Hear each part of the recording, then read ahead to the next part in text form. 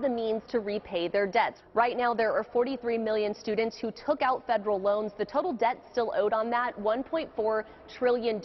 Under Warren's plan, the government will be picking up the tab. David? Thank you very much. So if, as Warren claims, her 2% wealth tax on the ultra-rich will bring in enough revenue, one, to pay off student debt, two, to put $100 billion into the opioid crisis, and you'd still have a $500 billion left over. If it's so good, why hasn't anyone in America done it before?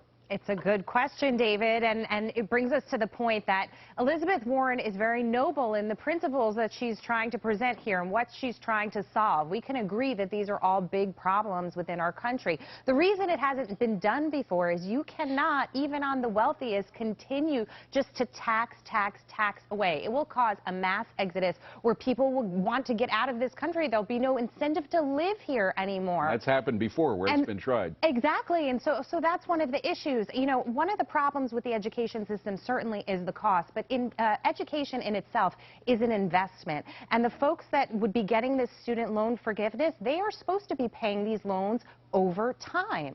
Exactly. It's an investment. And so, you know, I run an education program, and I work with some populations that unfortunately haven't had the opportunity to go to school.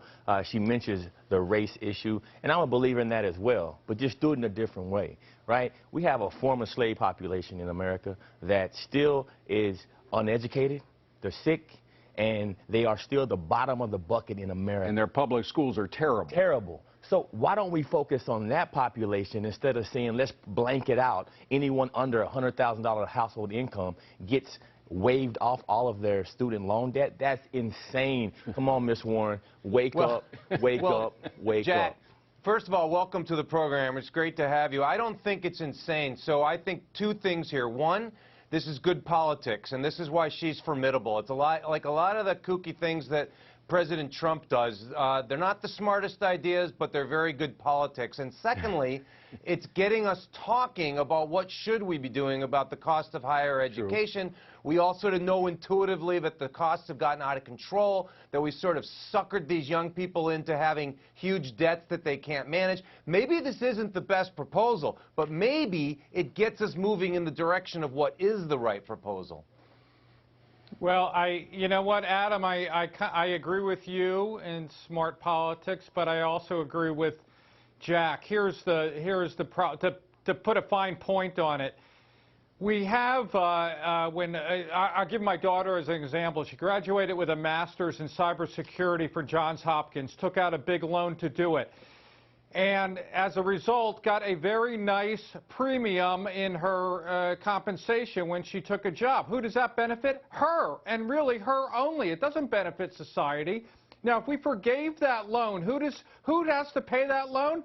Diana, my daughter, benefits, but all of us on this panel, all the taxpayers out there, including, as Jack pointed out, people that don't even have the opportunity to go to college end up footing the bill. Well, you're assuming, Gary. I do agree with Adam. It's good politics because it'll get all those people that have student loans voting for her, but it's the wrong thing for the country. But just real quickly, if she runs a good campaign, next week she's going to come in with a proposal that's going to address Jack's concern, and I have every reason to believe that she will. This is just one proposal. Maybe, but she's hanging her proposal on this wealth tax. Let's be clear about what a wealth tax is. It's a tax they take. It's a confiscation of money that you've already paid taxes on. What they do is they take away 2% of everything, all the property that people who have over $50 million own. It's a confiscation of property, and that's why it's been tried in 15 European countries. 11 of those 15 have gotten rid of it because guess what? Rich people can move. They move away, and the countries end up with less revenue than they started with. So the tax, the wealth tax on which this all hinges, is a phony tax. It doesn't work. Let's take care of the bottom first. I mean, I hear what you're saying. But let's take care of the people that really need it. Those people are the sickest, the poorest, and the most uneducated. And go back, check me, fact check me. That is the former slave population in the United States of America whose parents and grandparents and great-grandparents probably didn't even get to go to school. They were in segregated schools. I'm 40 years old, and both of my parents went to segregated schools. So I had to watch my father learn how to read. as a kid, struggling to learn how to read. So that is the population. You talk about education in America. Right. Focus on that. Don't blanket some policy that's going to make the country go broke. It's ridiculous. And by the way, a lot of the failures, as we mentioned before, a lot of the failures there are not in the college.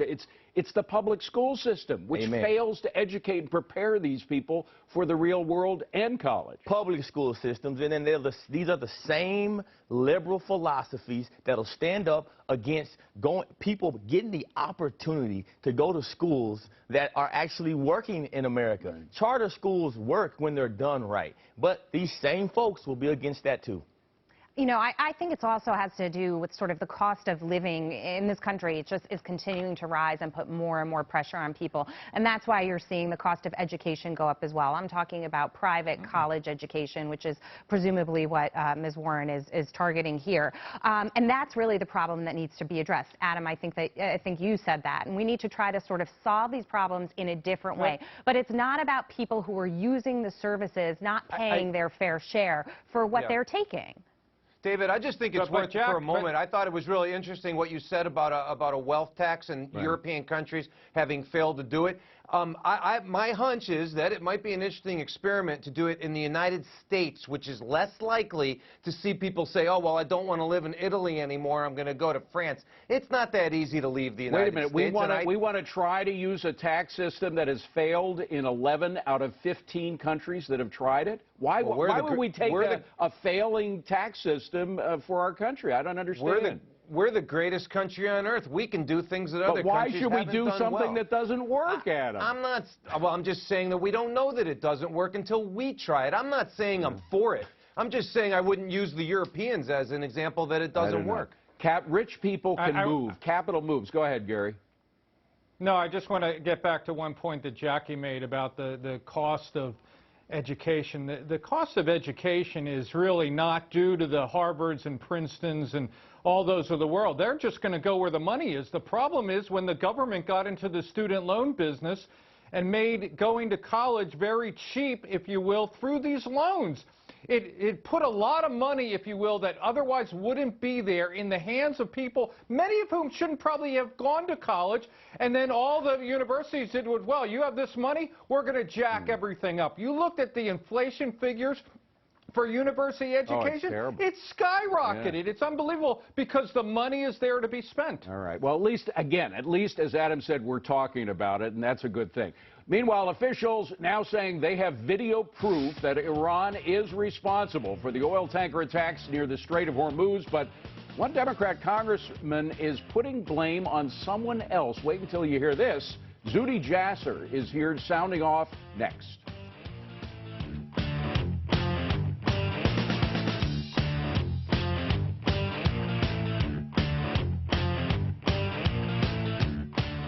This program is brought to you by Liberty Mutual Insurance. Only pay for what you need.